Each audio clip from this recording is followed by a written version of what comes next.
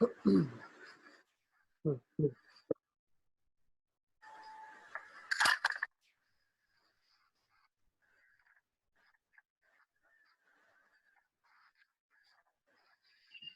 पूछो, बताओ 1 1 क्यों नहीं होगा एलिमेंट?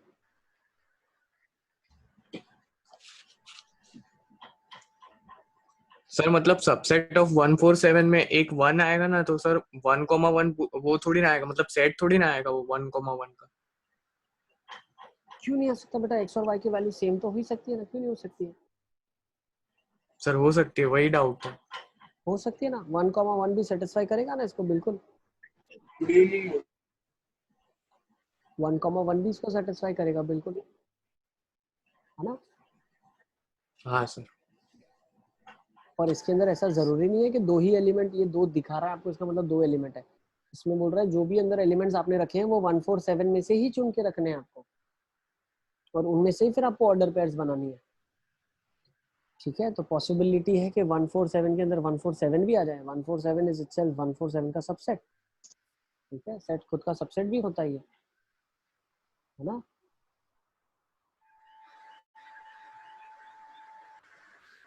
ठीक है सर आपने भी जो लिखा था वो एक और बार लिख दो ना, मतलब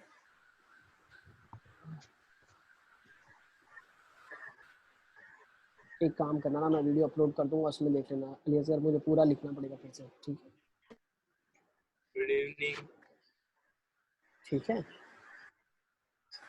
सारा तुम वीडियो में से एक बार नोट डाउन कर लेना। ठीक है, जो आज मैं अगर अपलोड करूंगा तो ठीक है, क्योंकि अभी लिखना पड़ेगा पूरा। ये मैं फुल स्क्रीन करके लिख रहा हूँ, वो जैसे स्क्रीन शेयरिंग ऑफ हो जाती है तो उसके बाद हट जाता है। ठीक है, देखो मैं लिख तो देता हूँ अभी। ठीक है, ब्रीफ आइडिया के लिए सारे एलिमेंट्स आप कवर कर लेना, 1 1 1 4 1 7। ठीक है, और इन्हीं के उल्टे सारे के सारे 7 1, और कौन सा एलिमेंट लिखोगे फिर इसके बाद आ जाएगा आपके पास 4 1। ठीक है, और कौन सा आ जाएगा 4 7, और आ जाएगा 7 4। ठीक है, तो 6 पहले लिखे थे, 3 और लिखे थे, टोटल 9 एलिमेंट्स आपके बनने चाहिए। तो 1 4 और 4 4 मिसिंग है, और 7 7 मिसिंग है। आई गेस कवर हो गए सारे, देख लो। ठीक है, तो ये एक सेट के मैंने लिखे, बाकी के तुम लिख लेना, लिख लोगे ना?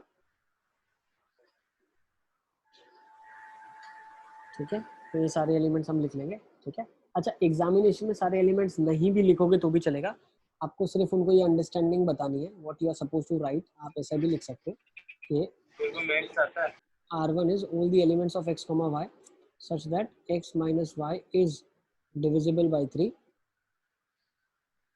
by 3। ठीक है, ये मेरा रिलेशन 1 है, आप ऐसा लिख सकते हो। तो R2 मेरे पास क्या है, R2 is x, y such that x, y के पेयर में से, x, y के सेट में से मुझे 147 सिलेक्ट, 147 में से सेट बनाना है और उसके पेयर्स लेने हैं। ठीक है, तो आप बोल सकते हो एक रिलेशन R आप ले लो, एक काम करो, एक रिलेशन यहाँ पे ना R2 मत लो, R ले लो। ठीक है, अब बता दो R एक है ना R2 का सबसेट है। क्यों? क्योंकि इसमें सिर्फ एक चीज है और इसके अंदर तीन तीन चीजें हैं, तो R बता दो R2 का सबसेट है। ठीक है, ठीक है, सिमिलरली एक और रिलेशन ले लो, बता दो ये भी R2 का सबसेट है, और ये भी बता दो R2 का सबसेट है। ठीक है, मान लो ये ले लिया आपने RA RB RC, तो बता दो सारे सारे R2 के सबसेट्स बता दो आप। ठीक है, तो ये सारा बता दो कि ये RA RB RC जो है वो R2 का सबसेट है।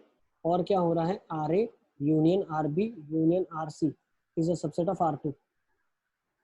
ठीक है, सिमिलरली आप एक चीज बता दो कि भाई RA union RB union RC जो है वो R1 का सबसेट है। ये रिलेशन जो R1 है उसका भी सबसेट है। क्यों? क्योंकि मल्टीपल ऑफ 3 हमको प्रूव करना है, तो ये सारे 3 के मल्टीपल वाले ही सेट हैं, जो भी डिफरेंस आप करोगे 3 के मल्टीपल ही बनेंगे यहाँ से।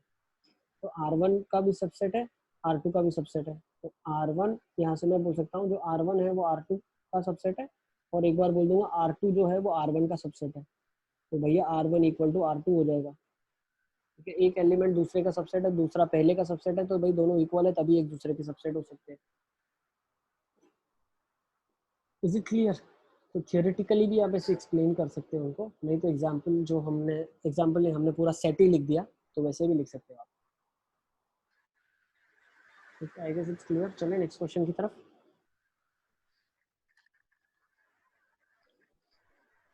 अब क्या लिखा हुआ है देखो, आपके पास लिखा हुआ है function b x to y be a function define the relation x given by a b such that f of a equals to f of b examine R is an equivalence relation. F of a equal to f of b आपको दिया हुआ है, तो आपको examine करना है कि equivalence relation होगा। तो बहुत ही सिंपल है भाई, फंक्शन तो खुद के इक्वल ही होगा ना, f of a equal to f of a तो होगा ही होगा। ठीक है, रिलेशन क्या है, ए कॉमा बी में वो सारे एलिमेंट्स होंगे जिन पे फंक्शन की वैल्यू इक्वल हो। तो फंक्शन की वैल्यू खुद पे तो इक्वल होती है, f of a equal to f of a, therefore a comma a belongs to R हो जाएगा for all a belonging to capital A, या फॉर ऑल ए कहाँ से लिए गए एलिमेंट, ए कॉमा बी जो सेट में हम डाल रहे हैं वैल्यूज इन एक्स है, फॉर ऑल ए, ठीक है, बिलोंगिंग टू कैपिटल एक्स। ठीक है, कैपिटल एक्स के सारे एलिमेंट्स में से उठा रहे हैं। नेक्स्ट क्या बोल सकते हैं, if a comma b belongs to R this implies f of a equals to f of b, this implies f of b भी एफ ऑफ ए के बराबर होगा। और अगर बी ए के इक्वल है तो ये मुझे क्या बताता है कि बी कॉमा ए भी आर को बिलोंग करेगा। This implies R is symmetric in nature. ऊपर रिफ्लेक्सिव कर दिया, नीचे सिमेट्रिक कर दिया, ट्रांजिटिव भी आई गेस आप लोग कर लोगे कि भैया if a comma b belong to R है तो f of a equal to f of b हो जाएगा। फिर b comma c belong to R है तो f of b f of c के बराबर हो जाएगा। तो यहाँ से मैं क्या बोल सकता हूँ, f of a equal to f of c हो जाएगा। यहाँ से मैं बोल सकता हूँ ए कॉमा सी भी आर को बिलोंग कर जाएगा। Is it clear? आर मेरा ट्रांजिटिव भी हो जाएगा, आर इज ट्रांजिटिव। सही है, किसी को कोई डाउट है तो पूछ सकते हैं आप। ओके, नेक्स्ट क्वेश्चन देख लेते हैं।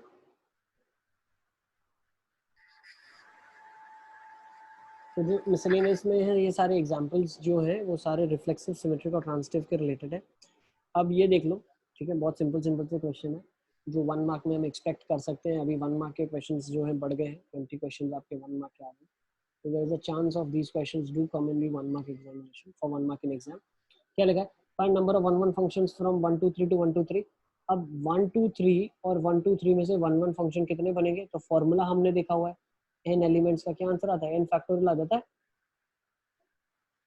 कैसे आया, पहले एलिमेंट के पास 3 चॉइसेस है, 3 चॉइसेस है, दूसरे के पास एक चला गया, 2 चॉइस है, तीसरे के पास एक चॉइस है, so आंसर इज 3 फैक्टोरियल 6। मतलब ये डायरेक्ट लिख सकते हैं ना? डायरेक्ट लिख सकते हैं, 1 मार्क में तो डायरेक्टली लिख सकते हैं आप। ठीक है, if you want to show that you know lot of things you can write number of 1 1 functions is n factorial. Yes I sir दूसरे वाले के पास क्यों 2 चॉइस है? सर दूसरे वाले के पास दो चॉइस इसलिए है क्योंकि मान लो 1 2 3 है और यहाँ पे भी 1 2 3 है, इसका मैपिंग मान लो मैंने 1 का 2 के साथ कर दिया, अब 2 का 2 के साथ नहीं हो सकता, नहीं तो 1 1 फंक्शन नहीं होगा, मैनी 1 फंक्शन हो जाएगा। आपको 1 1 बताने कितने होंगे। ओके सर, ओके ठीक है, अब सेकंड देख लो, सेकंड में क्या दिया हुआ है, ए जो है 1 2 3 है, number of relations containing 1 2 and 2 3 which are reflexive transitive but not symmetric. ठीक है, तो ऐसे रिलेशन बताने कितने होंगे जिसमें रिफ्लेक्सिव तो होना चाहिए। अब रिफ्लेक्सिव मतलब क्या, 1 1 2 2 और 3 3 होना ही चाहिए।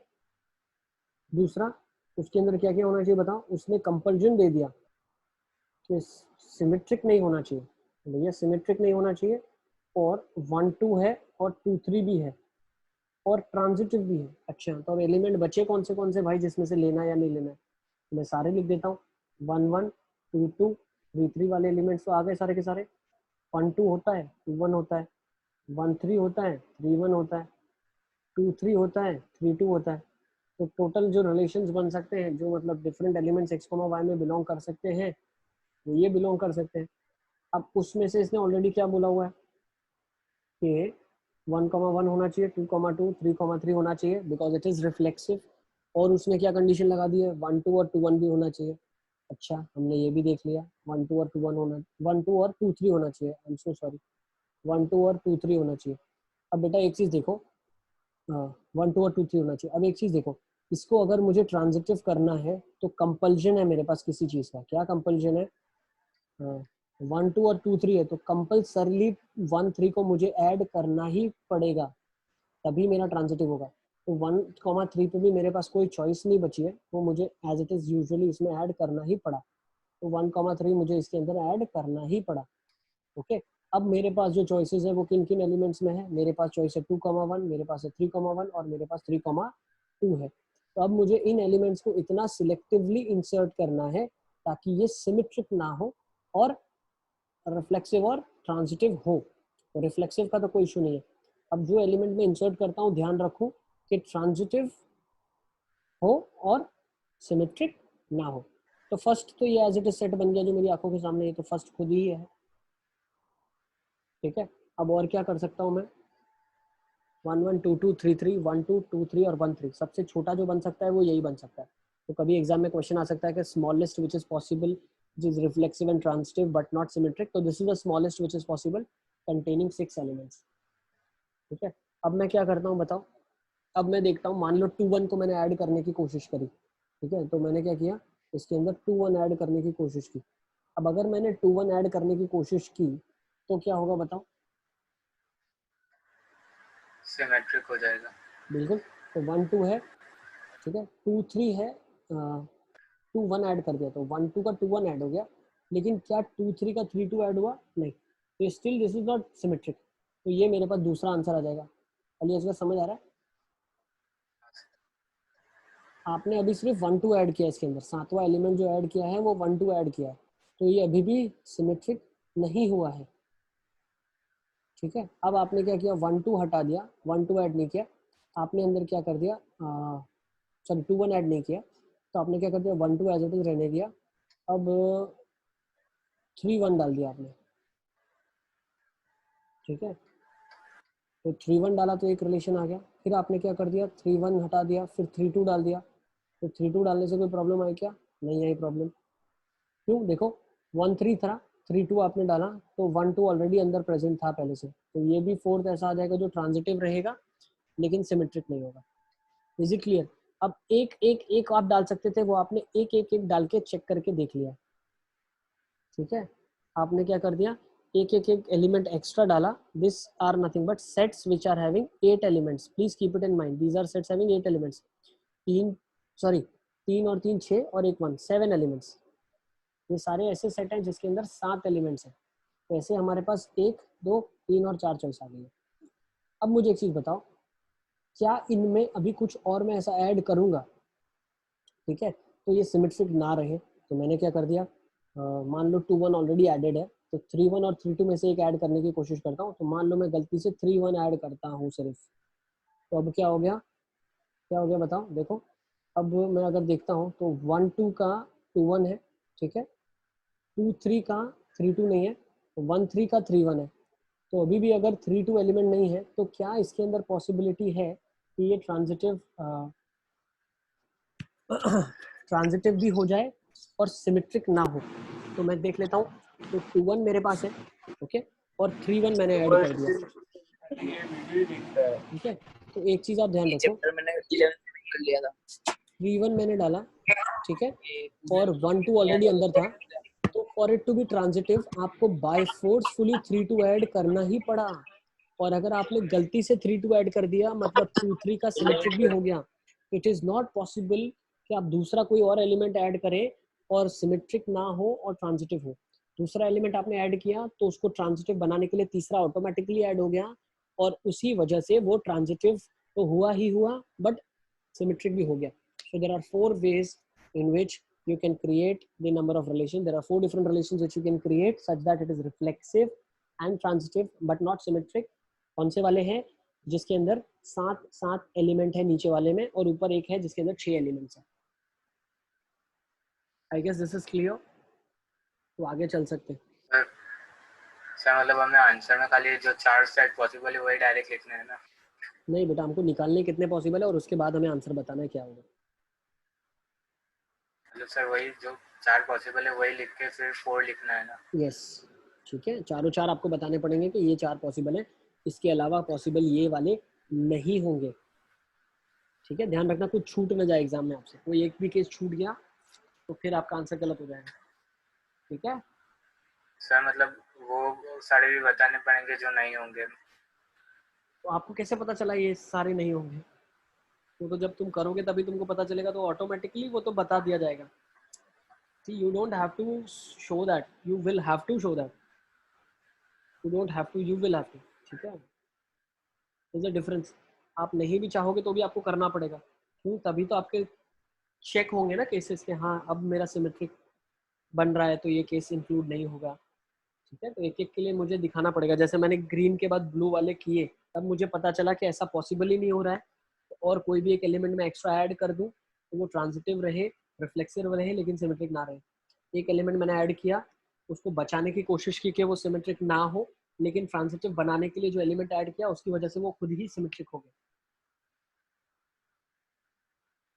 ठीक है, सर मतलब अगर एक ही ये 4 लिखने के बाद अगर वो एक ही बता दे तो चलेगा? भाई मुझे एक चीज़ बताओ, तुम क्या एक ही करने से तुमको सेटिस्फेक्शन मिल जाएगा कि मेरा आंसर 4 आएगा? तुमको कैसे पता आंसर 4 आएगा? जब हर एक केस तुम चेक कर लोगे उसके बाद तुम डिसाइड कर सकते हो ना कि हाँ दिस इज दी ऑल के possible cases, and out of this I make a conclusion that now 4 are the cases in which it is reflexive but not transitive, reflexive and transitive but not symmetric. जिस time पे तुमको confident feel होता है, जिस time पे तुम conclusion बना सकते हो कि हाँ यार अब इसके बाद ये और कोई भी केस नहीं बनेगा जिसमें reflexive and transitive but symmetric नहीं होगा, that is and, that is the done of the that at that point in time question खत्म हो गया। ठीक है, किसी को दिखाने के लिए तुम नहीं कर रहे हो, तुमको उतना ही करना है जिसके के बाद तुम खुद सेटिस्फाइड फील करो कि हाँ यार मेरा आंसर अब इतना है जिससे मैं कंक्लूजन बना सकता हूँ। एग्जामिनेशन का जो बोलते हैं ना पैटर्न यही होता है, तुम जो भी क्वेश्चन सॉल्व करोगे तुम्हें सेटिस्फेक्शन होना चाहिए कि हाँ यार ये आंसर मेरा आ गया, ये मेरा आंसर बिल्कुल सही है, गलत नहीं है। ठीक है, ऐसा नहीं होना चाहिए टाइम बचाने के चक्कर में तुमने 2 केस कम लिखे और वो 2 केसेस में से एक केस और बन रहा था। ठीक है, the point when you feel satisfied, yes these are the number of cases, then the answer is done for you. इसके बाद आपको ज्यादा कुछ भी सॉल्व नहीं करना। ठीक है,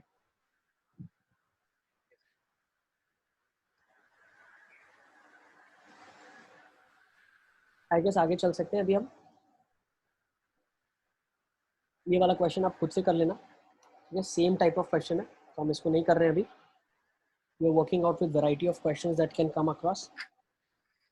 नेक्स्ट दिया हुआ है, बहुत सिंपल क्वेश्चन है, क्या लिखा है, आई एन दिया हुआ है, n to n natural numbers, identity है। ठीक है, एक्स में आपको शो करना है आई एन जो है वो ऑन टू होगा। ठीक है, बट जो I n plus I n मतलब 2 फंक्शन जो आई एन के हैं उनको मैंने अगर ऐड कर दिया विच इज 2x, तो वो ऑन टू नहीं होगा। तो बिल्कुल ये ऑन टू नहीं होगा। ठीक है, क्यों ऑन टू नहीं होगा उसके पीछे रीजन है, ये सेम वही फंक्शन है जो एन टू एन डिफाइन होता था।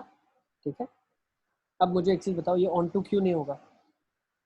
इसीलिए नहीं होगा क्योंकि हर एलिमेंट का मैपिंग ही नहीं हुआ हुआ है। आप अगर इधर मैपिंग से शुरू करो तो जब नेचुरल नंबर्स की मैपिंग की आप बात करते हो तो मुझे ऐसी चीज बताओ कि 3 किससे मैप करोगे आप? यहाँ पे 3 किससे मैप होगा ही नहीं, आपको आंसर 2x लाना है, लेकिन आप 3 तो मैपिंग कर ही नहीं सकते। 2x का आंसर 3 कभी आप ला ही नहीं पाओगे क्योंकि x आप 1.5 नहीं रख सकते यहाँ। ठीक है, इसीलिए ऑन टू नहीं है, this is not onto. I guess very trivial question, very easy to understand. Next question ले लेते हैं। फंक्शन जो है 0 से π/2 में r है। ठीक है, f x equals to sine x, दूसरा कॉस एक्स है। आपको बताना है एफ प्लस जी। ठीक है, एफ सर एंड जी आपकी स्क्रीन पे कुछ नहीं हो रहा है। क्या बता रहे हो? सर आपकी स्क्रीन पे कुछ नहीं हो रहा है। एक सेकेंड, अभी दिख रहा है? हाँ सर। तो देखो इसको,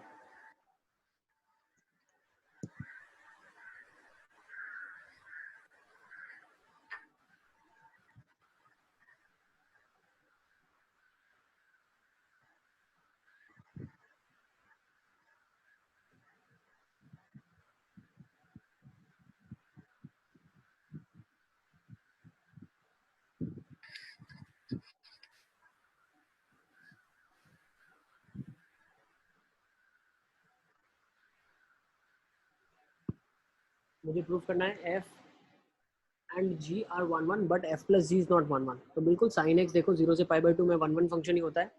ग्राफ बना के दिखा सकते हो आप बिल्कुल प्योरली। ठीक है, साइन एक्स का ग्राफ क्या हो जाएगा 0 से π/2 में, एक सेकेंड, साइन एक्स का ग्राफ क्या हो जाएगा, this will be the graph. Cos x का ग्राफ क्या हो जाएगा, this will be the graph. ये प्योरली 1 1 फंक्शंस है बिल्कुल, लेकिन इनको मैंने ऐड कर दिया तो f of x plus g of x क्या हो जाएगा, f of x plus g of x आपके पास आ जाएगा sine x plus cos x. अब मैंने आपको बोला था कभी भी आपको किसी चीज़ को डिस्प्रूव करना है तो एक एग्जाम्पल काफ़ी है। तो f of 0 plus g of 0 कितना हो जाएगा, साइन 0 0 कॉस 0 1। एफ ऑफ π/2 क्या हो जाएगा, f of π/2 plus g of π/2 क्या हो जाएगा, साइन ऑफ π/2 1, कॉस ऑफ 0 0, तो 1 आ जाएगा। तो 0 और π/2 पे फंक्शन की वैल्यू सेम आ रही है, तो this is not a 1 1 function. Is it clear?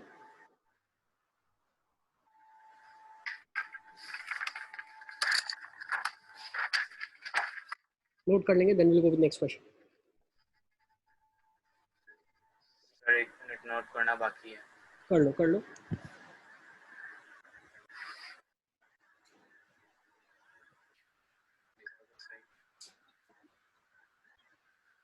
Sir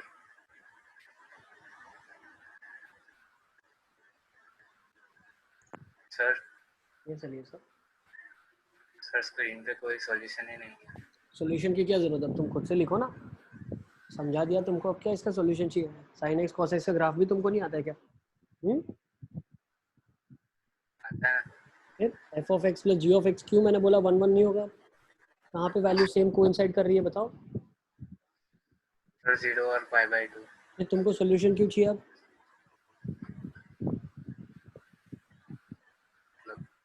ठीक है, खुद से जब आप कर सकते हो, सब आपको आता है, then why you need to copy. करो जल्दी जल्दी, खुद से लिखो सब फटाफट फटाफट।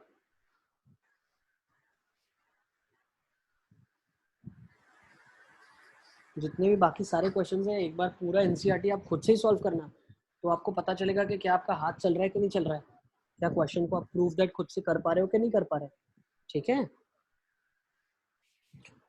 क्योंकि चैप्टर ऐसा है, समझ तो सब कुछ आता है, लेकिन जब पेन चलेगा लिखने बैठोगे तब पता ही नहीं चलेगा क्या लिखना है क्या नहीं लिखना है, कहाँ से शुरू करना है कहाँ से शुरू नहीं करना है। ठीक है, सब आपको दिखेगा, समझ आ जाएगा कि हाँ यार मैं तो इसको इन्वर्स निकाल सकता हूँ, प्रूफ कर सकता हूँ 1 1 on 2 कैसे लिखूं। ठीक है, ओके चलिए अली असगर आगे चले। हाँ sir. Let's go with next now. अच्छा, आपके पास रिकॉर्डेड सेशंस है, तो जब भी आप लिखते हो और आपको ऐसे लगता है कि नहीं मुझे नहीं है पता चल रहा है कि क्या स्टेप्स लिखने हैं, तो वीडियो जाके देख सकते हैं आप और उसमें से इन्फर कर सकते हैं कि क्या लिखा है हमने। ठीक है, but try to do it by yourself. Okay next, अब ये तो काफ़ी ट्रिवियल क्वेश्चन है, इसको हम नहीं करेंगे तो भी ठीक है। एफ एक्स क्या लिखा हुआ है 10x + 7, find the function g which is inverse fog equal to identity निकालना है। तो भाई इनवर्स निकालना है, 10x + 7 का इनवर्स तो निकाल देंगे। ठीक है, ये गलती से शायद आ गया है मिसलेनियस में, होना तो नहीं चाहिए था। नेक्स्ट क्वेश्चन देख लेते हैं। A function is defined from whole numbers to whole numbers. F of n equals to n minus 1 if n is odd, and f of n equals to n plus 1 if n is even. Show that f is invertible. Find the inverse of f. Hence, w is the set of all whole numbers. तो आपको बताना है f of n equals to n minus 1 और अगर n odd है, और f of n जो है वो n plus 1 है, अगर n even है तो f invertible होगा, आपको ये बताना है। तो बिल्कुल हम मैपिंग के थ्रू पहले तो देख लेते हैं। ठीक है, मैपिंग के थ्रू हम देख लेते हैं। तो मैपिंग के थ्रू हमें क्या दिख रहा है बताओ। मैपिंग के थ्रू हमें ये क्लियरली देखने को मिल रहा है कि n f ऑफ n की जो डेफिनेशन है वो क्या है, n माइनस 1 है जब n आपका ऑड होता है, और ये डेफिनेशन n प्लस 1 है जब n आपका इवन होता है।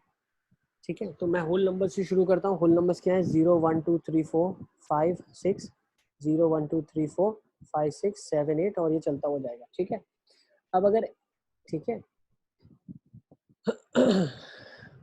ठीक है, तो अब 1 से शुरू करेंगे पहले। अब आपके माइंड में डाउट है कि सर 1 को इवन ले या ऑड ले। 1 से शुरू करते हैं। 1 आपका ऑड है तो 1 माइनस 1 क्या आ जाएगा, 0 आ जाएगा। फिर 2 लो आप। ठीक है, show that f is invertible, मतलब ये बोल रहा है f आपका इन्वर्टिबल है, आपको ये प्रूफ करना है। नेक्स्ट, अब देखो 2 की मैं बात करता हूँ, तो 2 क्या इवन है, इवन में क्या होता है 2 + 1, मतलब 2 का मैपिंग 3 के साथ होगा। फिर 3 पुट करता हूँ, 3 क्या ऑड है, तो ऑड माइनस 1 क्या होगा 2, तो 3 का मैपिंग 2 के साथ होगा। तो ऑब्वियसली 1 अगर ऑड में कंसीडर हुआ है तो 0 इवन में होगा, तो 0 का मैपिंग 1 के साथ होगा। तो अगर आप ऑब्जर्व करो 4 का 5 है, 5 का 4 है, 6 का 7 है, 7 का 6 है। तो यहाँ से हम ये चीज़ ऑब्जर्व कर पा रहे हैं कि the function is 1 1 function.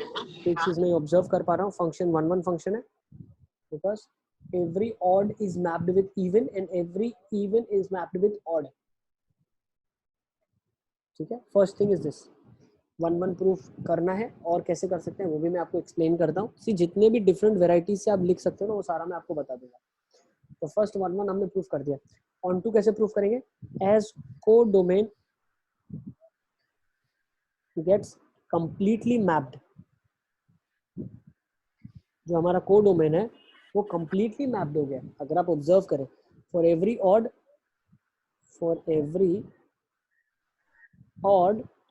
the image is even, and for every even the image is odd. Thus all the odd and even numbers are mapped. Okay, thus all the odd and even numbers are mapped and codomain gets exhausted completely, and codomain gets exhausted completely या exhaustive बोल दो आप, ठीक है। codomain is completely exhaustive, ठीक है। exhaustive मतलब क्या है कि सारे के सारे एलिमेंट्स मैप हो गए, ठीक है। तो आप लास्ट में ये भी लिख सकते हो, यहाँ पे क्या लिख सकते हो, for every element in codomain there is a image, there is a pre-image in the domain, there is a pre-image in the domain, ठीक है। तो ये वाली चीज जो हमने इतना स्टोरी लिखा, ये इसको ऑन टू प्रूव करने के लिए लिखा है, ठीक है।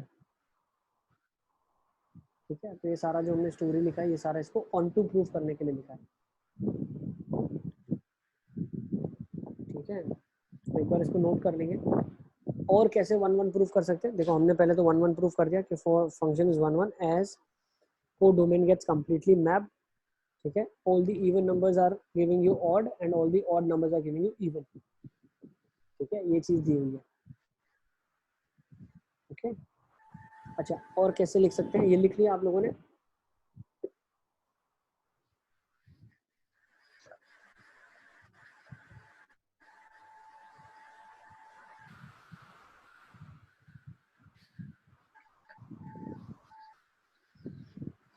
ओके, ठीक है। तो अब इसको हटा रहा हूं मैं। अब दूसरा और एक चीज क्या कर सकते हो, मान लो आपको और भी एक तरीका है 1 1 प्रूफ करने का। कैसे प्रूफ कर सकते हैं? देखो आप, अच्छा ऑन टू प्रूफ करने का सर इसमें कोई और मेथड नहीं है क्या?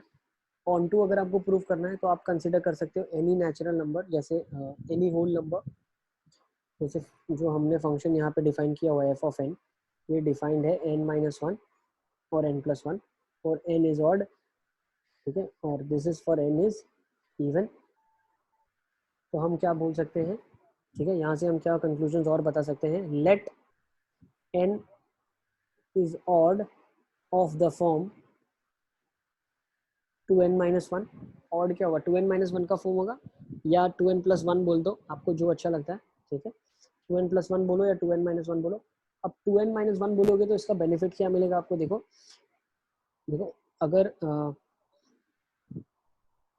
n ऑड है मेरे पास, ठीक है, या 2n+1 ले लेते हैं क्योंकि माइनस से कट जाएगा शायद। देखो हाँ, 2n+1 लिया, -1 लिया, तो आंसर मुझे क्या मिला? 2n मिला। So for every 2n+1 my answer is 2n. Now let n is even, therefore it is of the form 2n, ठीक है। जो नंबर है मेरा वो अगर इवन है तो इवन का फॉर्म 2n होता है, ठीक है। एक सेकेंड, थोड़ी सी इसमें गड़बड़ हो गई, हमने n को भी इवन बोल दिया और 2n को भी इवन बोल दिया। हम ऐसा करते हैं, for any odd is of the form, any odd किस फॉर्म का होगा? देखो, ठीक है, n इज इवन यहाँ पे लिख देते हैं। Now any odd number is of the form 2n+1, और any even number जो होता है, कोई भी even number है, वो 2n का फॉर्म होता है। तो अगर 2n plus 1 ऑड का फॉर्म है तो आंसर क्या आ जाएगा 2n plus 1 minus 1 which gives you the answer as 2n। और अगर इवन नंबर है तो 2n plus 1 which gives you answer 2n plus 1। तो अगर आप ऑब्जर्व करो हमने 10th में रियल नंबर जब पढ़ा था या तो नंबर 2n plus 1 का फॉर्म होता है या तो 2n का होता है। अब 2n plus 1 का फॉर्म है तो आंसर में 2n आ गया या आंसर में 2n plus 1 आ गया। Thus all the whole numbers get covered। Thus all whole numbers get covered। मुझे एक चीज बताओ 2n और 2n plus 1 के अलावा कोई नंबर्स इस दुनिया में एग्जिस्ट करेंगे क्या? नहीं करेंगे, सारे कवर हो गए। तो I can say all the whole numbers have got covered. तो ये एक तरीका और भी है ऑन टू प्रूव करने का, ऑन टू बताने का ये एक और तरीका है, ठीक है। अच्छा अब 1 1 बताने का और एक तरीका क्या है, देखो हम क्या करते हैं हमेशा, ठीक है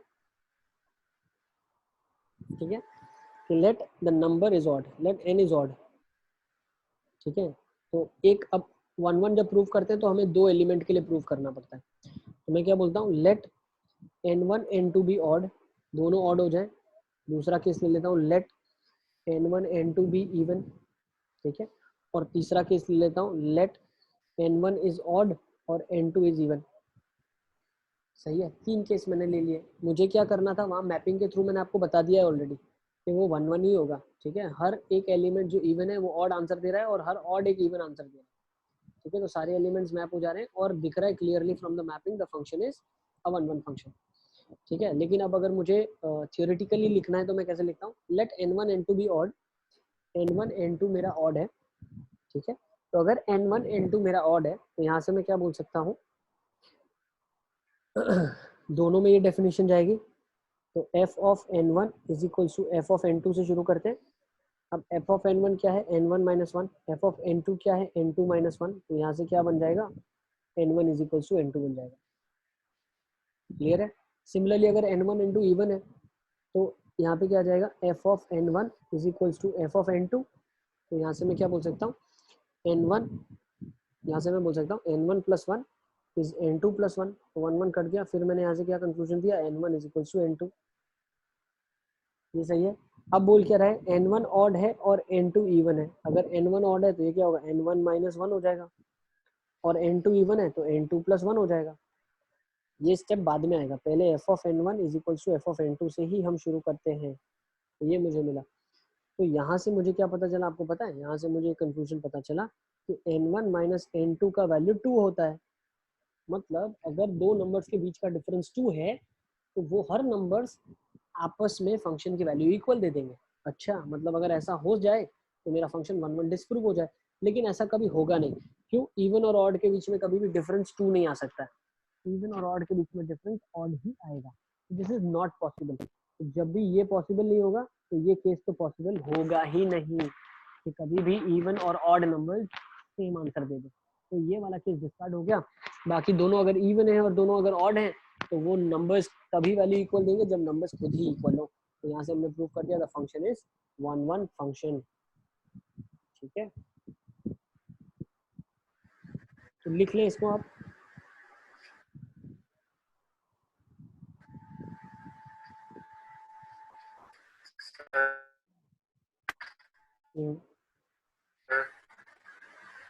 यस बेटा, सर यस बेटा। सर ऑन टू में हम ऐसे नहीं लिख सकते कि 2n प्लस 1 का यूनियन 2n के साथ is equal to whole number का सेट।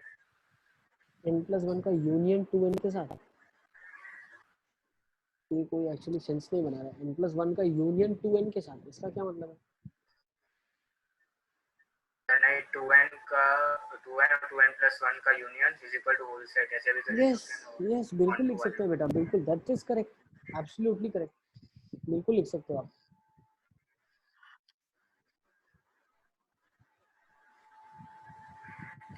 ठीक है, चलें आगे।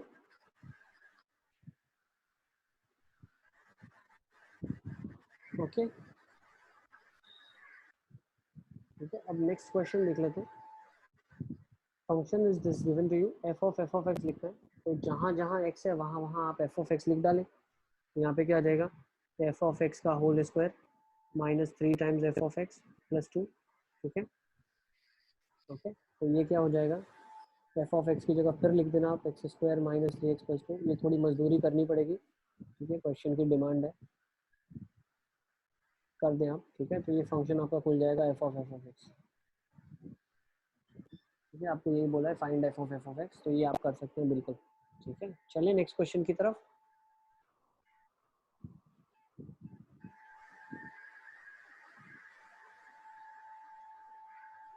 अच्छा, सेशन अभी एंड हो जाएगा, तो एक बार फिर से ज्वाइन कर लेंगे, 10-15 मिनट एक्सटेंड करके इस चैप्टर को आज कंक्लूड करें, ताकि इसके बाद फिर इसका डिस्कशन हमें ना करना पड़े,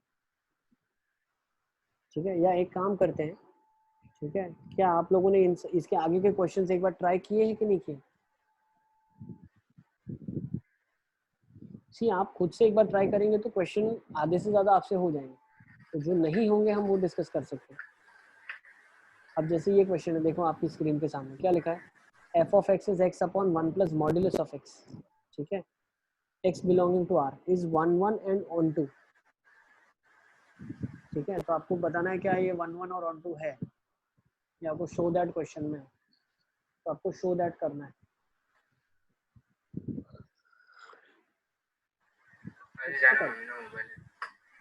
मुझे एक चीज बताओ, क्या करें, बाकी सारे क्वेश्चन डिस्कस करें, आप खुद से एक बार ट्राई करेंगे, and I give you time for some time and then you can ask me as doubt, क्या करेंगे बताओ?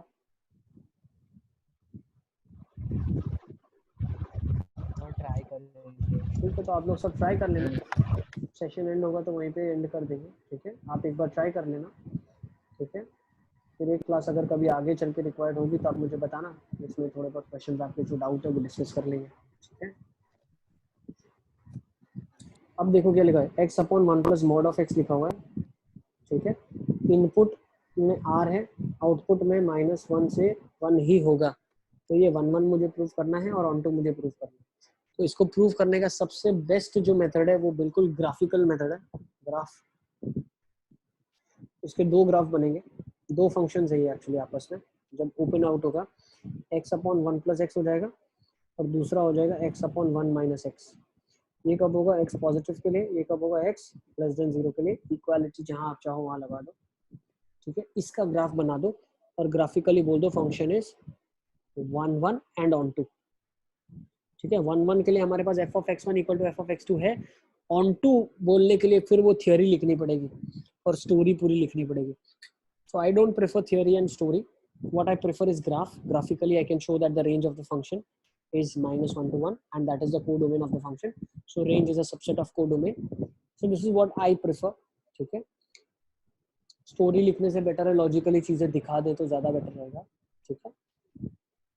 ओके, तो ऐसे आप इस क्वेश्चन को भी कर सकते हैं। अब इसका ग्राफ कैसे बनाना है, काफी आसान सा ग्राफ है। x बाई 1 प्लस एक्स का ग्राफ कैसे बनाओगे, क्या इनपुट में नहीं हो सकता, 1 नहीं हो सकता, सॉरी -1 नहीं हो सकता, इनपुट में से -1 हटा दें आप। नेक्स्ट, आउटपुट में क्या नहीं होगा, कोएफिशिएंट दोनों का, आउटपुट में 1 नहीं होगा, ठीक है। तो y इक्वल टू 1 लाइन बना दी, x इक्वल टू -1 लाइन बना दी हमने, ठीक है। अच्छा, अब इसका ग्राफ कैसे बनाओगे, x इक्वल टू 0 पे y 0 है, तो ग्राफ यहाँ से पास आउट हो रहा है, तो दिस इज द ग्राफ, ये ग्राफ है और ये वाला ग्राफ है। बट ये ग्राफ पॉजिटिव के लिए है, तो सिर्फ सब कुछ हटा के सिर्फ यही ग्राफ बनेगा, इतना, सिर्फ इतना सा, ट्राई टू अंडरस्टैंड, सिर्फ इतना ही बनेगा। अब दूसरा जो पार्ट है इसका ग्राफ अलग से बना लो और दोनों को फिर कंबाइन कर देना। क्या आउटपुट में नहीं आ सकता है, -1 नहीं आ सकता है, क्या इनपुट में नहीं जा सकता है, 1 नहीं जा सकता है। अब 0 पे फिर 0 मिलेगा, तो यस, इसका ग्राफ क्या बन जाएगा आपके लिए, इसका ग्राफ बन जाएगा 0, ओरिजिन से पास होता हुआ, ये ग्राफ बिल्कुल बन जाएगा, yes, this would be the graph for you. अब ये कहाँ के लिए वैलिड है, लेस देन 0 के लिए, तो obviously this is the reason. अब दोनों को अगर मैं कंबाइन करता हूँ, ठीक है, सो सी, अगर मैं दोनों को कंबाइन करता हूँ तो ये ग्राफ बनेगा, ध्यान देना आप बिल्कुल, ये वाला और ये वाला, ठीक है। तो from here we can make the conclusion codomain is the sub, range is the subset of codomain, that is why ये सब चीजें होंगी। अब सेशन कोई भी पॉइंट पे एंड हो सकता है, ठीक है। यस बेटा, मतलब जो ब्लैक वाला पोर्शन है खाली वही ड्रॉ करना है ना, ब्लू वाला सिर्फ पोर्शन वही नहीं ड्रॉ कंसीडर करना करना है, सिर्फ वही कंसीडर होगा। क्योंकि x ग्रेटर देन 0 और x लेस देन 0 की बात हुई है। मतलब सर ड्रॉ पूरा करना है और खाली वो ब्लैक वाले को हाईलाइट करना है। और दोनों को कंबाइन करके फाइनल